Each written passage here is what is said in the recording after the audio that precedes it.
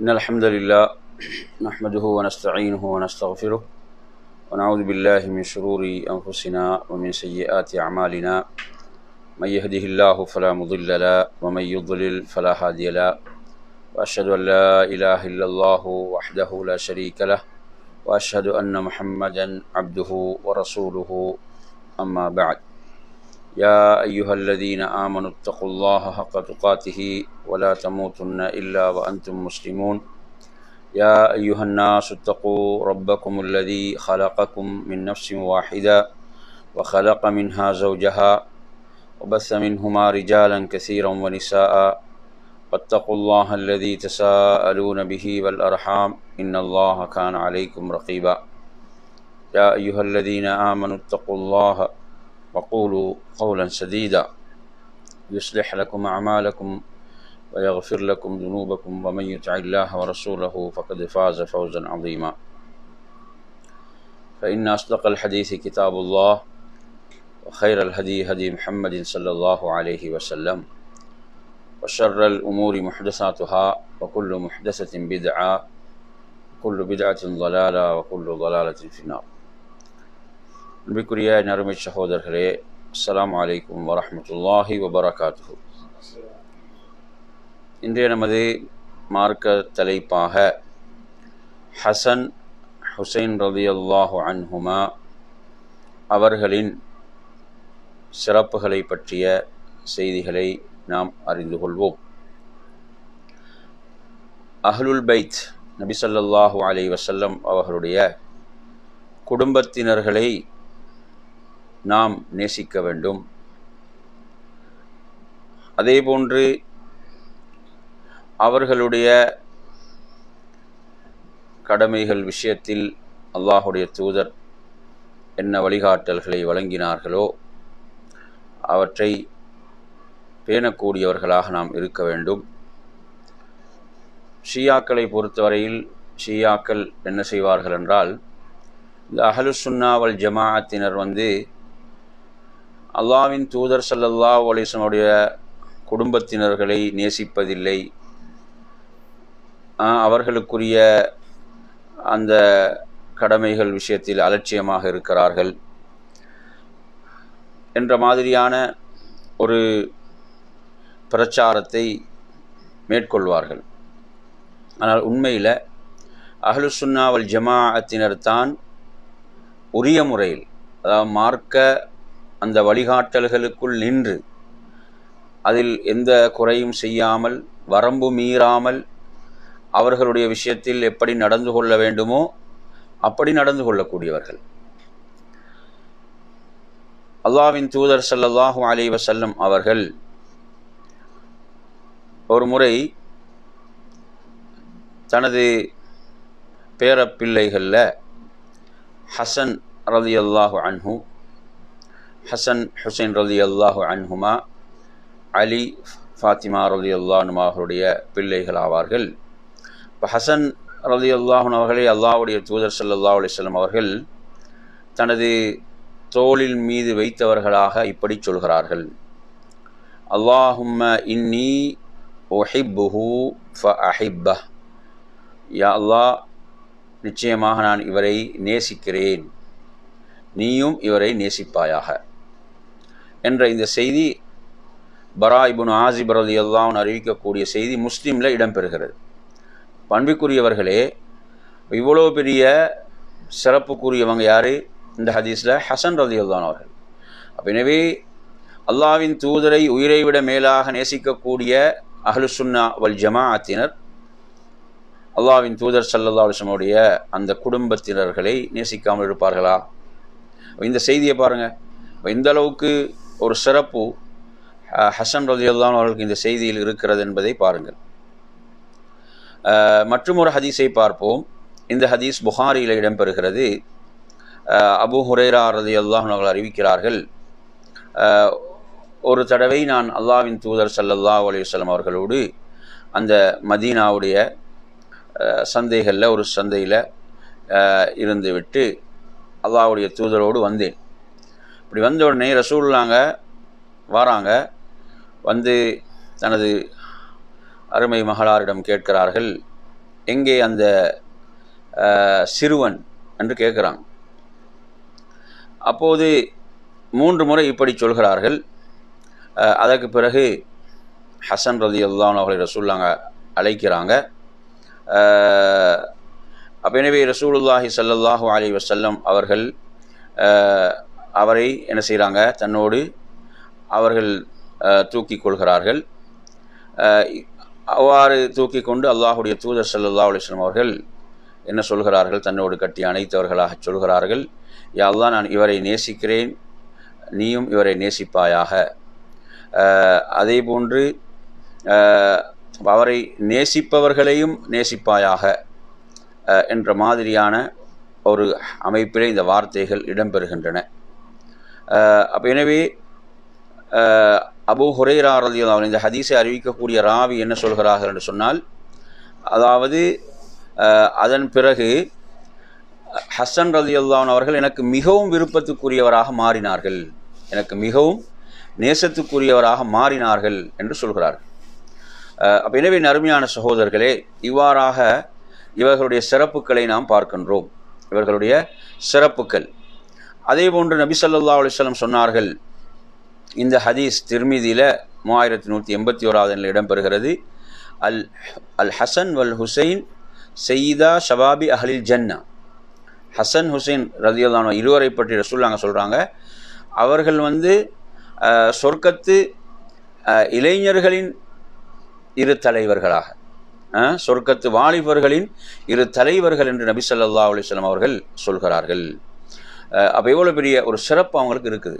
அப்போ அவங்க அந்த ஹதீஸ்லேருந்து நமக்கு என்ன தெரியுது, இப்போ அவங்களுக்கு சொர்க்கத்தை கொண்டு நற்செய்தியும் கிடைக்குதா இல்லையா? அவங்க சொர்க்கத்துக்குரியவங்க, சொர்க்கத்துக்குரியவர்கள் மட்டுமல்ல.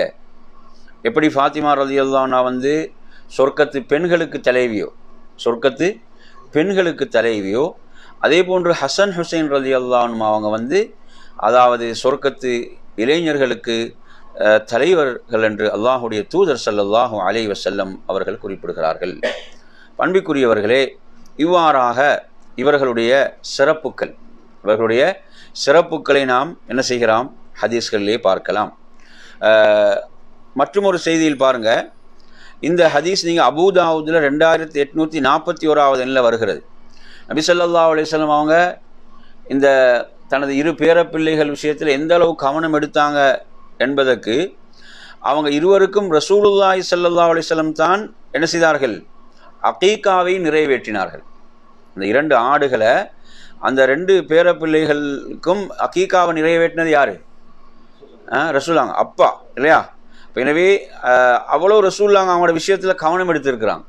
அவ்வளோ அவங்களோட விஷயத்தில் அல்லாஹ்வுடைய தூதர் ஸல்லல்லாஹு அலைஹி வஸல்லம் அவர்கள் கவனம் எடுத்தார்கள் என்பதை நமக்கு இந்த செய்தி சொல்லுது. எனவே அதனால் இப்போ தந்தை இல்லாமல் வேறு யாரும் என்ன செய்யலாம், அகீகாவை நிறைவேற்றலாம், பாட்டன் நிறைவேற்றலாம் என்பதற்கும் இந்த செய்தி சான்றாக இருந்து கொண்டிருக்கிறது என்பதை நாம் பார்க்கின்றோம். என் அருமையான சகோதரர்களே, அதே போன்று பாருங்கள், மற்றும் இப்போ நான் சொன்ன ஹதீஸ் அபூ தாவூதில் 2841 வரக்கூடிய செய்தி அப்துல்லா இப்னு அப்பாஸ் ரலியல்லாஹு அன்ஹு அறிவிக்கிறான். இதுக்கு முன்னர் உள்ள செய்தியை பொறுத்தவரையில் அது திர்மிதியில் 3768 வரக்கூடிய செய்தியாக அந்த செய்தி இடம்பெறுகிறது. அபூ சயீதுல் ஹுத்ரி ரலியல்லாஹு அன்ஹு அறிவிக்கிறான். இப்போது நாம் மற்றும் ஒரு செய்தியை பார்ப்போம். அதாவது அபூபக்கர் ரலியல்லாஹு அன்ஹு அவங்க ஒரு முறை என்ன செய்கிறாங்கன்னு சொன்னால், அசருடைய தொழுகையை தொழுகிறாங்க அல்லாஹ்வுடைய தூதரோடு என்ன செய்கிறாங்க. அப்போ அசரை அவர்கள் தொழுது விட்டு பிறகு அவங்க வெளியேறி வரும்போது ஹசன் ரலியல்லாஹு அன்ஹு அவங்க என்ன செய்கிறாங்கன்னு சொன்னால், பிள்ளைகளோடு விளையாடி கொண்டிருக்கிறார்கள். அப்போது அவர்கள் என்ன செய்கிறாங்க, அவரை தனது தோளிலே சுமந்தவங்களை அவங்கள அப்படி கையில் தூக்குறாங்க. தூக்கி சொல்கிறாங்க, அதாவது அவரை பார்த்து சொல்கிறார்கள், ஷபீஹுன் பின் நபி லா ஷபீஹும் பி அலி வ அலியுன் யல்ஹக். இப்படி சொல்லக்கொள்ள அலி ரலியல்லாஹு அன்ஹு அவர்களும் அந்த இடத்துல இருக்கிறாங்க. என்ன சொல்கிறாங்க என்று சொன்னால், அவங்கள பார்த்து சொல்கிறாங்க, நீங்கள் நபியை போல தான் இருக்கிறீங்க, உங்களோட எப்படி இருக்கிறீங்க, நீங்கள் நபியை போன்று தான் இருக்கிறீங்க, அலியை போன்றல்ல. இப்போ அவங்களோட சாயல் எப்படி இருக்குது என்ன சொல்கிறாங்க, சுபஹான, நபியை போன்று தான் உங்களோட சாயல், அலியை போன்றல்ல. இது வந்து இது வந்து என்ன, அவங்களுக்கு உயர்வு தானே, அவங்களுக்கு என்ன இது உயர்வும் சிறப்பும், சுபஹானல்லாஹ். அப்படி சொல்லிவிட்டு பார்த்தீங்கன்னு சொன்னால் அலிகளையும் அப்படி அந்த இடத்துல அவங்க சிரித்து கொண்டு இருக்கிறாங்க. இதை கேட்டு அவங்க என்ன செய்தாங்க, சிரித்து கொண்டு இருக்கிறாங்க என்ற செய்தி புகாரியில் உக்பத் இப்னு ஹாரிஸ் ரலியல்லாஹு அன்ஹு அறிவிக்கக்கூடிய செய்தி 3542 நீங்கள் பார்க்கலாம். இப்போ நீங்கள் எடுத்து பாருங்கள். இப்போ ஷியாக்களை பொறுத்தவரையில் அவர்கள் எப்படி காட்ட முயற்சிப்பாங்கன்னா, சஹாபாக்கள் எல்லாரும் வந்து ரசூலுல்லாஹ்வோட குடும்பத்துக்கு எதிரானவர்கள் போன்று என்ன செய்வார்கள், ஒன்றை அப்படி காட்டுவதற்கு முயல்வார்கள். நபித்தோழர்கள் எல்லாம் ஏதோ ரசூலுல்லாஹ்வுடைய குடும்பத்துக்கு அஹ்லுல் பைத்துக்கு துரோகம் இழைத்து விட்டார்கள், அவர்களுக்கு எதிரானவர்கள், இப்படியான ஒரு போலியான ஒரு தோற்றத்தை என்ன செய்கிறது, உருவாக்குவதற்கு, ஒரு தோற்றத்தை ஏற்படுத்துவதற்கு முயற்சிக்கிறார்கள்.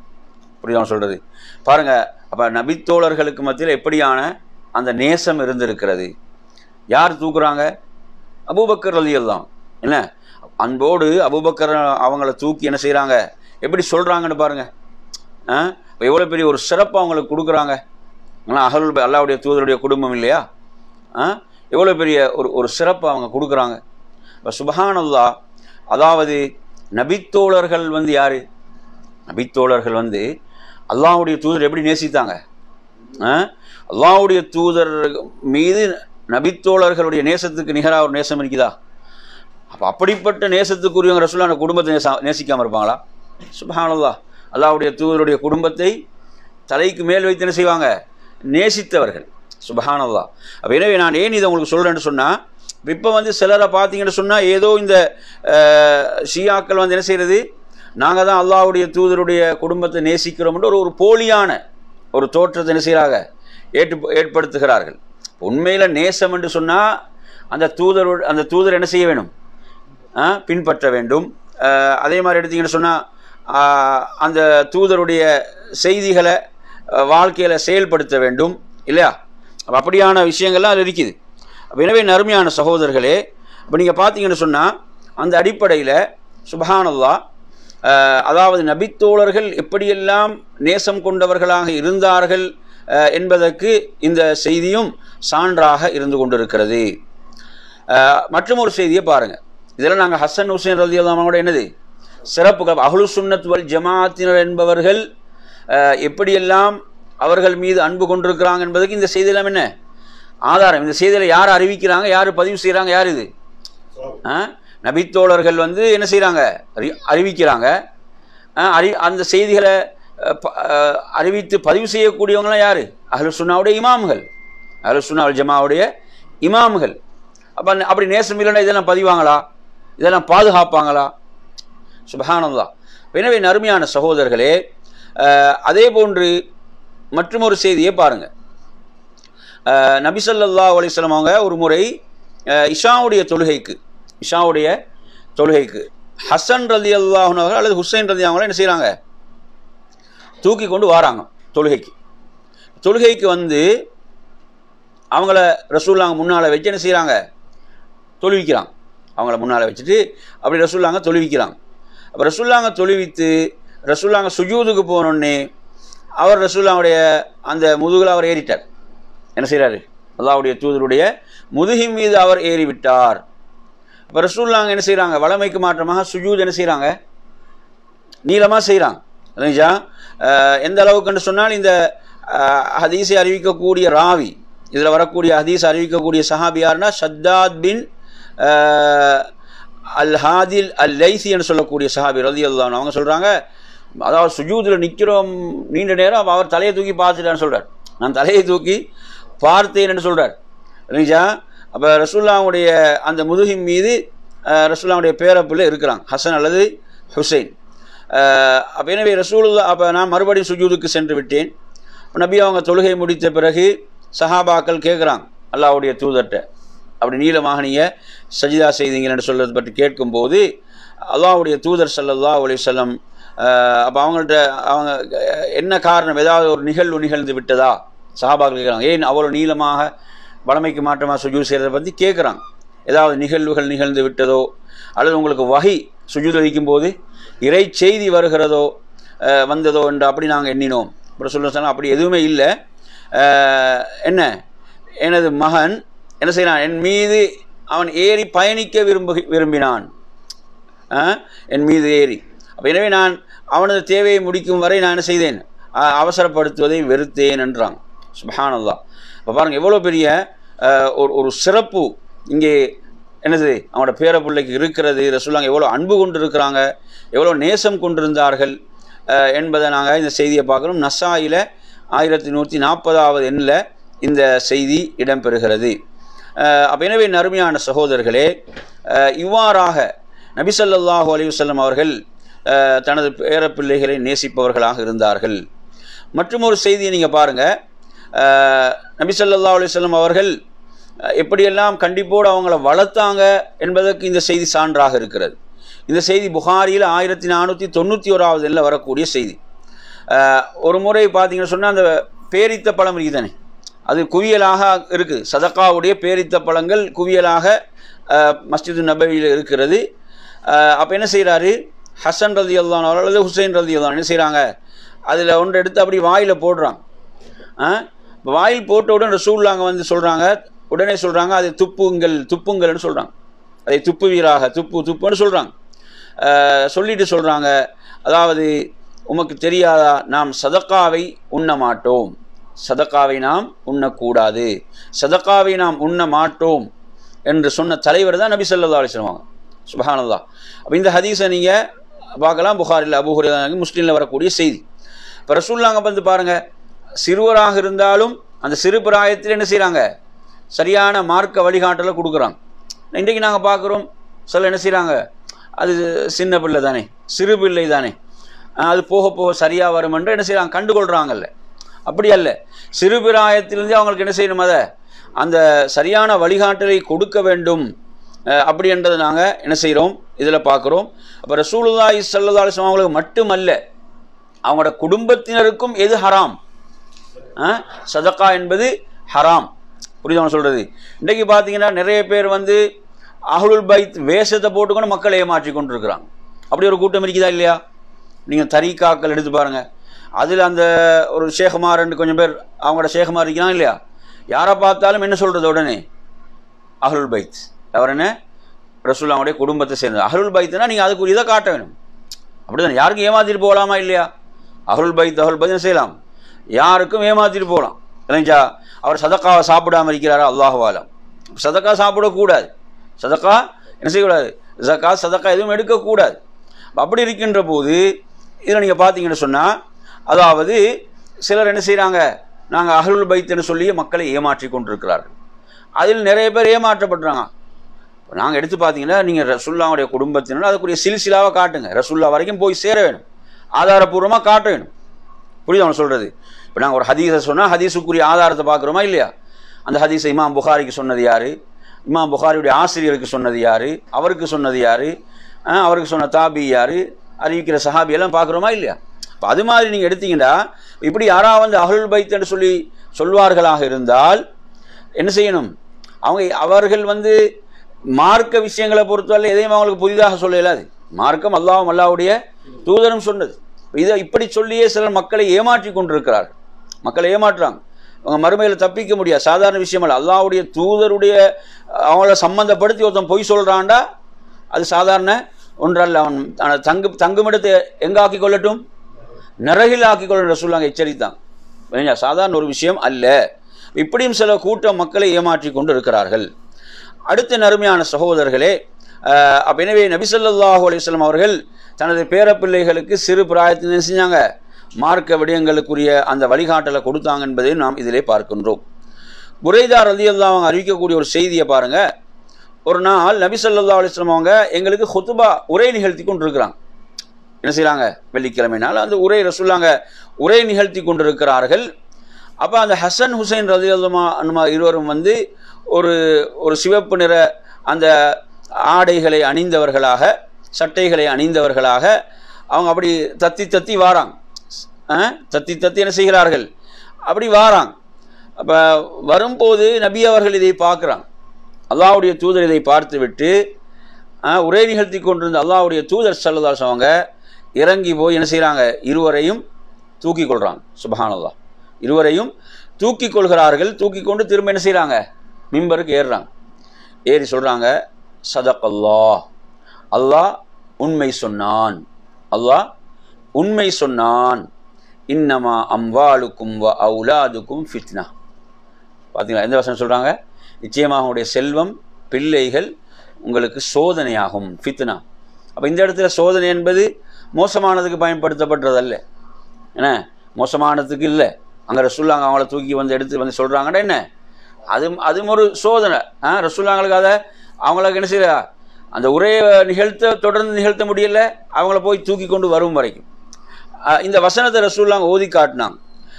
ரசூலுல்லாஹ் சொல்கிறாங்க, எந்த அளவுக்குண்டா எனக்கு பொறுமையாக இருக்க முடியல, அவங்கள சுமந்து கொண்டு அவங்கள தூக்கி கொண்டு வரும் வரைக்கும் என்பதை நாங்கள் பார்க்குறோம். இப்போ இந்த செய்தியில் இன்னொரு முக்கியமான விஷயம் நாங்கள் தெரிந்து கொள்ளணும். அதாவது சதகல்லான்ற வார்த்தை ரசூலுல்லாஹ் எங்கே பயன்படுத்துகிறாங்கன்னு பாருங்கள். ஏன்னா நிறைய பேர் குர்ஆனை ஓதி முடிந்தோடனே சதகல்லாஹுல் அலீம்ன்றாங்க. குர்ஆனை ஓதி முடித்த உடனே நிறைய பேரை பார்க்குறோம் சதகல்லாஹுல் அலீம்ன்றாங்க. இதை வந்து நிறைய அறிஞர்கள் பிதஅத்னு சொல்கிறாங்க. இது எப்படி சொல்கிறாங்க, இது ஒரு பிதஅத்தான செயல். பிதஅத்னா என்னது, எச்சரிக்கை தானே. பிதஅத் என்று அறிஞர்கள் சொல்லக்கூடிய ஒரு விஷயம் என்ன, வழிகேடு. பிதஅத்னா செய்யக்கூடாது. ஏன்னா ரசூலுல்லாஹி ஸல்லல்லாஹு அலைஹி வஸல்லம் அவங்களோ சஹாபாக்களோ குர்ஆனை ஓதி முடித்துட்டு சதகல்லாஹுல் அலீம்னு சொல்லலை, சதகல்லாஹுல் அலீம்னு சொல்லலை. இப்போ ரசூலுல்லாஹ் இங்கே சதகல்லான்றது எங்கே சொல்கிறாங்க, எந்த இடத்துல சொல்கிறாங்க, புரியுது அவங்க இடம். இப்போ அந்த அந்த பிள்ளைகளை தூக்கிட்டு வராங்க, அந்த ஒரு நிகழ்வோடு தொடர்படுத்தி சொல்கிறாங்க, ஒரு நிகழ்வோட தொடர்படுத்தி சொல்கிறாங்க. அல்லாஹ் உண்மை சொன்னான், அல்லாஹ் உண்மை சொன்னான் என்று சொல்லிட்டு வசனத்தை ஓதி காட்டுறாங்க. அப்போ சதகல்லாஹ் எந்த மாதிரி இடத்துல நீங்கள் சொல்லலாம், இந்த ஹதீஸின் படி எந்த மாதிரி இடத்துல சொல்லலாம், இப்போ ஒரு நிகழ்வோடு சம்பந்தப்படுத்தி, இப்போ ஒன்றை நீங்கள் பார்க்குறீங்க, அது ஒரு குர்ஆன் வசனத்தை உண்மைப்படுத்துகிற மாதிரி இருக்குது. ஒரு நிகழ்வை நீங்கள் பார்க்குறீங்க, அந்த நிகழ்வு எப்படி இருக்குது, அந்த இப்போ ஒரு குர்ஆன் வசனம் அதை சொல்கிற மாதிரி இருக்கும்போது நீங்கள் சதகல்லான்னு சொல்லலாம். அல்லாஹ் உண்மை சொன்னான், சதகல்லாஹ், அல்லாஹ் உண்மை சொன்னான். இப்போ சில நேரங்களில் பார்த்தீங்கன்னா பெண்களுடைய சூழ்ச்சி, பெண்களுடைய சூழ்ச்சி அப்படி தானே, பெண்களுடைய சில நேரம் சூழ்ச்சிகளை பார்க்குறீங்களே, ஏதாவது ஒரு சூழ்ச்சியை பார்க்கும்போது என்ன சொல்லலாம், குர்ஆனில் வர வசனம் சதகல்லாஹ், அல்லாஹ் உண்மை சொன்னான், இன்ன கைத குன்னா அதையும், உங்களுடைய சூழ்ச்சி என்னது மகத்தானது என்று குர்ஆனில் வருதா, இல்லை சூரத் யூசுஃபில் வருதா, இல்லை அந்த பெண்களுடைய சூழ்ச்சியை பற்றி சொல்லும் போது புரியுது அவன் சொல்கிறது. அப்போ ஏதாவது ஒரு நிகழ்வு, ஒரு நடக்கக்கூடிய ஒன்றுக்கு பொருந்துகிற மாதிரி ஒரு குர்ஆன் வசனம் அதை உண்மைப்படுத்துகிற மாதிரி இருந்தால் அந்த இடத்துல எங்களுக்கு என்ன செய்யலாம், சதகல்லான்னு சொல்லிட்டு அந்த குர்ஆன் வசனத்தை சொல்லலாம். அப்படி ஒரு நடைமுறை இருக்குது, அப்படி ஒரு நடைமுறை இங்கே இருக்குது. ஆனால் எது இல்லை, எது கூடாது, குர்ஆனை ஓதி முடித்த பிறகு சதகல்லாஹுல் அலீம் என்று சொல்லக்கூடியது என்ற அந்த நடைமுறை வந்து அதுக்கு எந்த ஒரு முன்மாதிரியும் இல்லை. புரியுதா? இப்போ ரசூலுல்லாஹ் வந்து சஹாபாக்களுக்கு குர்ஆனை ஓதி காட்ட சொன்ன எத்தனையோ சந்தர்ப்பங்கள் இருக்குது, அப்படியா இல்லையா குர்ஆனை. அப்போ அதில் நாங்கள் எந்த சஹாபியோட விஷயத்தை சொல்லுவோம் பிரபலமாக, நபி அவங்க ஒரு சஹாபி குர்ஆனை ஓதி காட்ட சொன்னாங்களே, எந்த சஹாபி அது, அப்துல்லாஹ் இப்னு மஸ்ஊத் ரலியல்லாஹு, யார், அப்துல்லாஹ் இப்னு மஸ்ஊத் அவங்க. இப்போ அவங்க வந்து சூரத்து நிசாவை ஓதினாங்க, இப்படிதானே, சூரத்து நிசாவை ஓதி முடிச்சு ரசூலுல்லாஹ் ஓதி முடிச்சு அவங்க அந்த வசனங்களை ஓதி முடிச்சு சதகல்லாஹுல் அலீம் சொன்னாங்களா, இல்லை. அதில் வந்து எப்படி வருதுன்னு சொன்னால் ரசூலுல்லாஹ் வந்து போதும், ஹஸ்புக், போதும் நிறுத்துங்கன்னு சொல்கிறாங்க. அவங்க தலையை உரித்து பார்க்கும்போது ரசூலுல்லாஹ் கண்கள் வந்து கண்ணீர் வழிந்து கொண்டிருக்கிறது என்ற செய்தியெல்லாம் பார்க்குறோம். அப்போ அந்த இடத்துல எல்லாம் அவங்க சதகல்லாஹுல் அலீம் என்று சொன்னதாக எல்லாம் என்ன எந்த ஒரு செய்தியும் கிடையாது. புரியுது அவன் சொல்கிறது. அப்போ எனவே அது அப்படி அந்த ஒரு பிதத்தான் நடைமுறை, நாங்கள் செய்யக்கூட ஒரு நடைமுறை இல்லைங்களா. சொன்னால் என்ன பிரச்சனை அப்படி கேட்கக்கூடாது. அல்லாஹ்வுடைய தூதர் அவங்க அல் குர்ஆனை நமக்கு ஓதி காட்டினாங்க, சஹாபாக்கள் குர்ஆனை ஓதி இருக்கிறார்கள். அப்போ எனவே இப்படி ஒரு நடைமுறையை குர்ஆனை ஓதி முடித்தணும், இப்படி ஒரு நடைமுறை எங்களுக்கு என்ன செய்யலை, சொல்லித்தரவில்லை என்பதை நாம் இங்கே புரிந்து கொள்ள வேண்டும். சரியா? அதே போன்ற அருமையான சகோதரர்களே, பாருங்கள், ஒரு செய்தியை புகாரியில் இந்த செய்தி இடம்பெறுகிறது. இப்னு அபி நுஐம் என்பவர் சொல்கிறாரு, அப்போ நாங்கள் வந்து அப்துல்லா இப்னு உமர் ரலியல்லாஹு அன்ஹு அவங்களோட உட்கார்ந்துருக்கிறேன். உட்கார்ந்துருக்கும் போது ஒரு மனிதர் வாரார். ஒரு மனிதர் வந்து எதை பற்றி கேட்குறாருன்னு சொன்னால், இந்த எஹ்ராமோடு இருக்கும்போது ஒரு ஒரு கொசுவை கொண்டு விட்டால் அதற்குரிய பரிகாரம் என்ன? ஒரு கொசு என்ன செஞ்சிட்டாரு? ஈ என்ன சொல்லுவீங்க? ஈன்னு சொல்கிறதானே ஈ. ஒரு ஈயை கொன்று விட்டால் அதற்குரிய பரிகாரம் என்ன? அப்போ கேட்குறாங்க, நீங்கள் எங்கேருந்து வாரீங்கன்னு கேட்குறாங்க. இப்போ அவர் சொல்கிறாரு, நான் வந்து ஈராக்லேருந்து வாரேன்றார், மின் அஹ்லில் ஈராக். அப்போ அப்துல்லா இப்னு உமர் சொல்கிறாங்க, என்ன ஆச்சரியமாக சொல்கிறாங்க, அதாவது கூஃபாவாசிகள் தானே, ஈராக்னா கூஃபாவாசிகள். இவங்க வந்து எதை பற்றி கேட்குறாங்க? எதை பற்றி? ஒரு ஈயை கொன்று விட்டால் அதற்கு உரிய பரிகாரத்தை பற்றி கேட்குறாங்க. ஆனால் இவங்க வந்து ரசூலுல்லாஹ்வுடைய பேரரை கொன்றவர்கள், ரசூலுல்லாஹ்வுடைய பேரப்பிள்ளை என்ன செய்தவர்கள்? கொன்றவர்கள். ரசூலுல்லாஹ் அந்த பேரப்பிள்ளையை பற்றி என்ன சொன்னாங்க? அந்த 2 பேரை பற்றி என்ன சொன்னாங்க? ஹசன் ஹுசைனை பற்றி ரசூலுல்லாஹ் என்ன சொன்னாங்க? ஹுமா ரைஹானதாய மினத் துன்யா என்று அல்லாஹ்வுடைய தூதர் சொல்கிறாங்க. அதாவது அந்த இருவரும், அதாவது உலகின் 2 துளசி மலர்கள். சுப்ஹானல்லாஹ் சொல்கிறாங்க, 2 துளசி மலர்கள் என்று ரசூலுல்லாஹ் பாராட்டி கூற நான் கேட்டிருக்கிறேன். சரிஞ்சா? அப்போ எனவே ஹுசைன் ரலியல்லாஹு அன்ஹு அவர்களை கொலை செய்ததற்காக முஹர்ரம் 10 நீங்கள் எடுத்தீங்கன்னா என்ன செய்வார்கள் ஷியாக்கள்? அவர்கள் வந்து தங்களுக்கு அடித்து கொண்டு அதை ஒரு துக்கத்தினமாக அனுஷ்டிக்கிறாங்களா இல்லையா? என்னமோ இது வந்து இந்த மக்கால மதீனால வாழ்ந்தவங்க செய்து போன்றது அவங்களோட உணர்வு. இதை யார் செய்தார்கள்? கூஃபாவாசிகள். யார் அவங்கள அழைச்சி ஹுசைன் ரலியல்லாஹு அன்ஹு வந்து நீங்கள் வந்து ஆட்சி பொறுப்பை ஏற்றுக்கோங்க, நாங்கள் என்ன யசீதுக்கு நாங்கள் பையஸ் செய்து கொடுக்க மாட்டோம், நீங்கள் வந்து ஆட்சி பொறுப்பை ஏற்றுக்கொள்ளுங்கள் என்று சொல்லி தொடர்ந்து கடிதங்களை அனுப்பி கொண்டே இருக்கிறாங்க. கடிதங்களை ஹுசைன் ரலியல்லாஹு அன்ஹுக்கு என்ன செய்கிறாங்க? மதீனாவுக்கு அனுப்பி கொண்டே இருக்கிறாங்க. இந்த அளவுக்கு ஒரு நாளைக்கு 500 கடிதம் வரைக்கும் போகுமென்றெல்லாம் சொல்கிறாங்க. அந்த அளவுக்கு என்ன செய்யப்படுது? தொடர்ந்து கடிதங்களை அனுப்பி கொண்டே இருக்கிறாங்க. நீங்கள் வந்து என்ன செய்யுங்க? ஆட்சி பொறுப்பை ஏற்றுக்கொள்ளுங்கள் அப்படின்னு சொல்லி. அப்போ எனவே அவர்கள் அதுக்கு பிறகுதான் மதீனாவிலிருந்து மக்காவுக்கு வாராங்க. துல்ஹஜ் மாதத்தில் ஹஜ்ஜுடைய அமல்கள் நடக்கக்கூடிய காலத்தில் தான் வாராங்க. துல்ஹஜ் 8 தான் அவங்க வெளியாகிறாங்க. அவங்க சொல்கிறது ஹஜ்ஜுடைய அமலை கூட நிறைவு செய்யாமல் ஏதாவது என்ன செய்யலாம், அவசரமாக போக வேணுமென்றது அவங்களோட நோக்கம். அவங்களோட நோக்கம் எல்லாம் என்னது? மக்களுக்கு நல்லதை செய்ய வேணுமென்றது அவங்க விரும்பினாங்க. அப்படி தானே? இப்போ யூசுப் அலைஹிஸ்ஸலாம் வந்து அமைச்சு பொறுப்பை கேட்குறாங்கன்னா எதுக்காக கேட்டாங்க? பூமியில் இந்த பொக்கிஷங்களுக்கு என்னை அமைச்சராக ஆக்குங்கன்னா நாங்கள் பதவி மோகத்தில் கேட்டாங்க. அதன் மூலம் எதை செய்ய விரும்பினாங்க? மக்களுக்கு நல்லதை செய்ய விரும்பினார்கள், அந்த பொறுப்பை நல்ல முறையில் நிறைவேற்ற விரும்பினாங்க. அதுபோன்று இவங்க என்ன செய்கிறாங்க? ஆட்சி பொறுப்பை ஏற்று மக்களுக்கு நல்லதை செய்ய வேண்டும் என்பதற்காகத்தான் அவங்க புறப்படுறாங்க. ஆனால் அது நிறைய சஹாபாக்கள், யார்? அப்துல்லா இப்னு அப்பாஸ் ரலியல்லாஹு அன்ஹு, அப்துல்லா இப்னு உமர் ரலியல்லாஹு அன்ஹு, அதே போன்று இன்னும் பல சஹாபா, அப்துல்லா இப்னு ஜாபிர் ரலியல்லாஹு அன்ஹு அவர்கள், அப்துல்லா இப்னு ஜுபைர் ரலியல்லாஹு அன்ஹு அவர்கள், இப்படி பல நபித்தோழர்கள் நீங்கள் எடுத்து பார்த்தீங்கன்னா தடுக்கிறாங்க. போகாதீங்க, உங்களோட தந்தைக்கு அவங்க என்ன செஞ்சாங்க, என்ன அலிலானும் கொல்லப்பட்டாங்களா இல்லையா? கொன்றது யார்? கூஃபாவாசிகளா இல்லையா?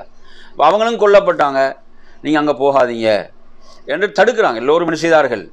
தடுத்தார்கள். ஆனால் அவங்க அதை மீறி என்ன செய்கிறாங்க? போகிறாங்க. இப்போ அவங்க அதுக்கு முன்னால் முஸ்லீம் அகையில் என்ன செய்கிறாங்க? ஒரு கடிதத்தை கொடுத்து அனுப்புகிறாங்க அங்கேக்கு கூஃபாவுக்கு.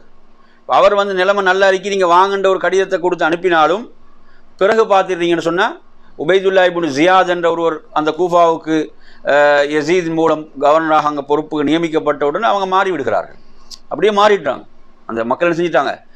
மாறிட்டாங்க. கடைசியில் ஹுசைன் ரலியல்லாஹு அனுப்பின அந்த தூதர் இருக்கிற முஸ்லீமின் அகையில் என்ன செய்கிறார்? அங்கே கொல்லப்படுகிறார். இப்போ அவர் கடைசியாக கொல்லப்படுறதுக்கு முன்னால் ஒரு கடிதம் எழுதுகிறார், நீங்கள் வராதிங்க, இவங்கெல்லாம் யார்? மோசடிக்காரர்கள், துரோகிகள், மோசடிக்காரர்கள் என்ற ஒரு கடிதத்தை எழுதி அனுப்புகிறாங்க. அந்த கடிதம் வந்து ஒரு இடத்துல அவங்களுக்கு கிடைக்கிது. ஆனால் அது வந்து நிறைய என்ன செஞ்சிட்டாங்க? ஈராக்கை நெருங்கிட்டாங்க. அப்படியான இடத்துல தான் அந்த கடிதம் கிடைக்கிது அவங்களுக்கு. அதுக்கு பிறகு கூட அவங்க திரும்புறதுக்கு பார்க்குறாங்க. ஆனால் அந்த கொல்லப்பட்டாரை முஸ்லீம் நாக்கில் அவருடைய பிள்ளைகள் சொல்கிறாங்க, இல்லை இதுக்கு நாங்கள் என்னோட வாப்பா கொல்லப்பட்டிருக்கிறாங்க, அதுக்கு ஒரு தீர்வு நாங்கள் காணாமல் போக முடியாதுன்னு போது தான் கர்பலா வரைக்கும் என்ன செய்கிறாங்க, போகின்றார்கள். அங்கிருந்து என்ன செய்யப்பட்டாங்க, எந்த குஃபாவாசிகள் அவங்கள கடிதங்களுக்கு மேல் கடிதங்களை அனுப்பி அழைத்தார்களோ என்ன செய்தார்கள், கைவிட்டு விட்டார்கள். எனவே ஷியாக்களுடைய மூதாதையர்கள் தான் அவரை கொன்றது. புரியுது அவன் சொல்கிறது? அப்போ அதைத்தான் இங்கே சொல்கிறாங்க. யார் சொல்கிறாங்க? அப்துல்லா இப்னு உமர் தான் சொல்கிறாங்க. இவர் வந்து எதை பற்றி கேட்குறாரு, இதை பற்றி இஹ்ராம் ஓட்டிக்குள்ள ஈய கொள்றதை பற்றி கேட்குறாரு. ஆனால் இவங்க என்ன வேலையை பார்த்துட்டு வந்தவங்க, என்ன வேலையை பார்த்தவங்க அப்படியே இல்லையா? அந்த அவங்க தானே அவங்கள வரவழைச்சிட்டு நம்பிக்கை துரோகம் செய்தார்களா இல்லையா? அவங்கள காப்பாற்றலையா அவங்க? அப்போ எனவே நறுமையான சகோதரர்களே, அப்போ இதை நாம் புரிந்து கொள்ள வேண்டும். அதே போன்று நீங்கள் பார்க்கலாம், புகாரியில் உஸாமத் இப்னு ஸைத் அறிவிக்கக்கூடிய ஒரு செய்தியில் நபி ஸல்லல்லாஹு அலைஹி வஸல்லம் அவர்கள் ஹசன் ரலியல்லாஹு அவங்கள என்ன செய்கிறாங்க, அங்கே ஹசன் ஹுசைன் ரலியல்லாஹு அவங்களை பிடித்து கொண்டு சொல்கிறாங்க, யா அல்லாஹ் நான் இவர்கள் இருவரையும் நேசிக்கிறேன், நீ இவர்களை நேசிப்பாயாக. இப்போ அல்லாஹ்வுடைய நேசம் அவங்களுக்கு கிடைக்கும் என்று ரசூலுல்லாஹ் என்ன செய்தாங்க, துஆ செய்தார்கள், துஆ செய்திருக்கிறார்கள் என்பதை நாங்கள் பார்க்குறோம். அந்த கருத்தில் பல ஹதீஸ்கள் வருகிறது. அதே மாதிரி பாருங்கள், அபூபக்கர் ரலியல்லாஹு அன்ஹு சொல்லக்கூடிய ஒரு செய்தி புகாரியில் வருது பாருங்கள். அபூபக்கர் ரலியல்லாஹு அன்ஹு சொல்கிறாங்க, எந்த அளவுக்கு சொல்கிறாங்கன்னா, இர்குபு முஹம்மதன் ஸல்லல்லாஹு அலைஹி வஸல்லம் ஃபி அஹ்லி பைத்திஹி. இப்னு உமர் ரலியல்லாஹு அறிவிக்கக்கூடிய ஒரு செய்தியில் சொல்கிறாங்க, அதாவது அல்லாஹ்வுடைய தூதருடைய குடும்பத்தார் விஷயத்தில் கவனமாக நடந்து கொள்ளுங்கள். யார் சொல்கிறாங்க? அபூபக்கர். சுப்ஹானல்லாஹ். கவனமாக நடந்து கொள்ளுங்கள் என்று சொல்கிறாங்க. அவங்கள நீங்கள் என்ன செய்யுங்க, பாதுகாத்து வாருங்கள், அவர்களுக்கு துன்பம் தராதீர்கள் என அபூபக்கர் ரலியல்லாஹு அன்ஹு சொல்கிறாங்க. அப்போ இப்படி வந்து அவங்கள நேசித்தவர்கள், அவங்கள கண்ணியப்படுத்தியவங்க யார்? சஹாபாக்கள், நபித்தோழர்கள் என்பதை நாம் என்ன செய்ய வேண்டும், புரிந்து கொள்ள வேண்டும். அதே போன்று நாம் மற்றொரு செய்தியில் அனஸ் ரலியல்லாஹு அவங்க சொல்கிறாங்க, அதாவது நபி ஸல்லல்லாஹு அலைஹி வஸல்லம் அவர்களுடைய உருவ அமைப்பில் ஒத்தவர்களாக மிக இருந்தவங்க யார்? ஹசன் ரலியல்லாஹு அவங்க என்ற ஒரு செய்தியும் நாங்கள் என்ன செய்கிறோம், ஹதீஸ்களில் பார்க்குறோம். இன்னொரு முறை நபி ஸல்லல்லாஹு அலைஹி வஸல்லம் அவர்கள் குர்ஆனுடைய ஒரு வசனம் இறங்கிய போது, இன்னமா யுரீதுல்லாஹு லியுத்ஹிப அன்குமுர் ரிஜ்ஸ என்று வரக்கூடிய அந்த வசனம், அல்லாஹ் உங்களிலிருந்து அசுத்தத்தை போக்க விரும்புகிறான், அல்லாஹ்வுடைய தூதருடைய குடும்பத்தார் அவங்களோட அஹ்லுல் பைத்தை பற்றி அல்லாஹ் சொல்கிறான், அல்லாஹ் அவங்களை தூய்மைப்படுத்த விரும்புகிறான்னு சொல்லும்போது ரசூலுல்லாஹ் உம்மு சலமா ரலியல்லாஹு வீட்டில் இருக்கிறாங்க, ஃபாத்திமா ரலியல்லாஹு அழைக்கிறாங்க, ஹசன் ஹுசைன் ரலியல்லாஹு அழைக்கிறாங்க. அவளையெல்லாம் ஒரு போர்வையில் அப்படியே போத்தி கொள்கிறாங்க, போர்வையில் அப்படி மூடிக்கொள்கிறார்கள். பின்னால் அலி ரலியல்லாஹு இருக்கிறாங்க, அவங்களையும் சேர்த்து மூடிக்கொள்கிறார்கள். மூடிட்டு சொல்கிறாங்க, அல்லாஹ் யா அல்லாஹ் ஹவுலாய் அஹ்லி பைத்தி, ஹவுலாய் அஹ்லு பைத்தி, இவங்க எனது குடும்பத்தினர் அல்லாஹ்வுடைய தூதர் சொல்கிறாங்க. அப்போ எனவே இதில் என்ன புரிஞ்சுக்கொள்ள வேணும், இவங்க மட்டுமல்ல அஹ்லு பைத், இவங்க ரசூலுல்லாஹ் வீட்டுக்கு வெளியேறிக்கிறதால இவங்க அஹ்லு பைத்திலேன்னு புரிஞ்சுக்கொள்ளக்கூடாதா இல்லையா? அப்போ ரசூலுல்லாஹ்வுடைய மனைவிமார் யார் தான்? அவங்க அஹ்லு பைத். இந்த ஹதீஸை வச்சு ஷியாக்கள் என்ன செய்கிறது, அவங்களுக்கு தேவையான மட்டும் உள்ளே எடுத்துக்கொள்றது, மற்றவங்க வெளியில் போடுறது, இப்படியான வேலையெல்லாம் பார்ப்பாங்க.